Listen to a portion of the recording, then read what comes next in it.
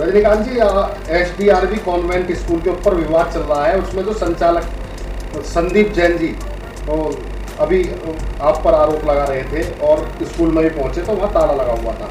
इस बारे में आपका क्या कहना है? देखिए, पहली बात तो मैं आपको बताऊं, इस समय ग्रीष्मकालीन अवकाश चल रहा है, इसलिए एसडीआरवी स्कूल बंद है।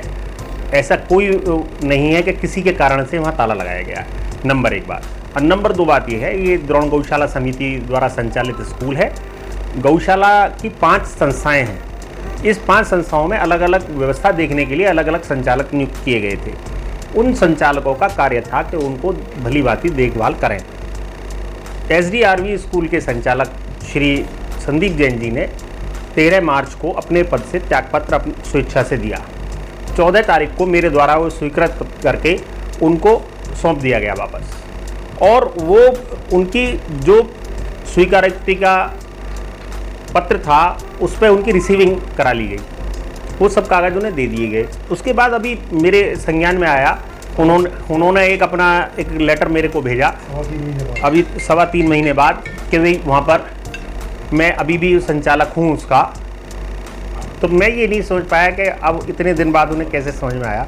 लेकिन फिर भी देखिए, ये एक परिवार है, हम 12 आदमियों की एक कमेटी है। जिस तरीके से हाथ की 5 उंगली एकसार नहीं होती, इसी तरीके से 12 जनों का एक परिवार है, एकसार नहीं होता। किन्हीं मुद्दों पर हमारे मतभेद भी होते हैं, और इसी का नाम समिति है। मतभेद होने के बाद मनभेद कुछ नहीं होते, हमारे मतभेद जरूर हो सकते हैं। तो उस मतभेद के तहत उन्होंने ये चिट्ठी मेरे को भेजी।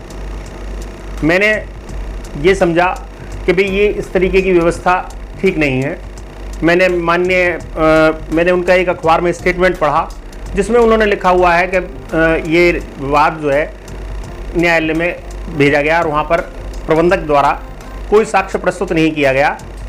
अब मैं ये नहीं समझ पाया, जबकि मैं कभी भी अदालत नहीं गया, तो मैंने तुरंत माननीय न्यायालय की शरण ली।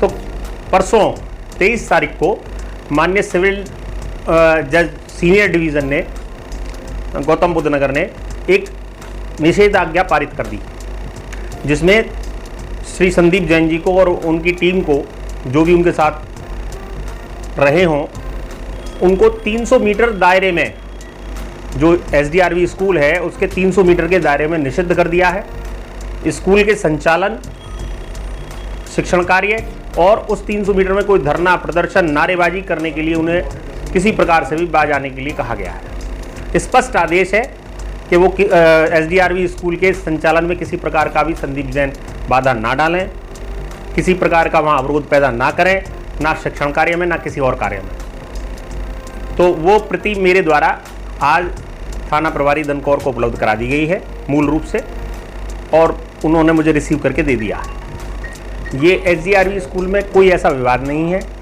हम सब एक ही कमेटी के हिस्सा हैं, कहीं कोई अलग नहीं है। समय के अनुसार कभी कभी कुछ विवाद पैदा होते हैं, वो समय के अनुसार समाप्त हो जाते हैं। मुझे अपने देश की न्यायपालिका पर पूर्ण विश्वास है। मैंने अपनी बात माननीय न्यायालय के सामने रखी, माननीय न्यायालय ने मेरी बात को सुनकर यह आदेश पारित किया है, और मैं समझता हूँ कि जैन साहब भी और लोग भी इस आदेश के अनुसार ही कार्य करेंगे। अच्छा, संदीप जैन जी तो कहते हैं कि उनका इस्तीफा स्वीकार नहीं हुआ। इस्तीफा स्वीकार करने के बाद में जो पत्र उन्हें सौंपा गया उस पर उनकी रिसीविंग भी है। 14 तारीख को, 14 मार्च, 13 मार्च को उन्होंने इस्तीफा दिया। मैंने बहैसियत प्रबंधक एक पूरी प्रबंध समिति का चेहरा होता है। जितने भी अधिकार होते हैं वो प्रबंधक के अंदर निहित होते हैं। प्रबंधक काहे का? प्रबंधक का मतलब है उस सब की व्यवस्था करना, प्रबंध करना। प्रबंधक को पूर्ण अधिकार है कि आपके द्वारा, फिर ये उप समिति का इस्तीफा है, ना कि किसी कार्यकारिणी के सदस्य का इस्तीफा है। पहली बात तो उप समिति का कार्यकाल 1 वर्ष होता है, लेकिन वो समय के अनुसार बढ़ा दिया जाता है, कोई दिक्कत नहीं, वो बढ़ाया भी नहीं गया है।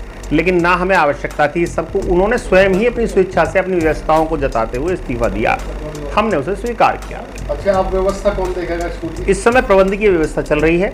पहली बात तो कोरोना के कारण अभी तक विद्यालय खुल ही नहीं रहे हैं। आगामी व्यवस्था होने तक अभी प्रबंधकीय व्यवस्था रहेगी। अब भविष्य में कार्यकारिणी जो भी तय करेगी उसके हिसाब से संचालक नियुक्त किया जाएगा।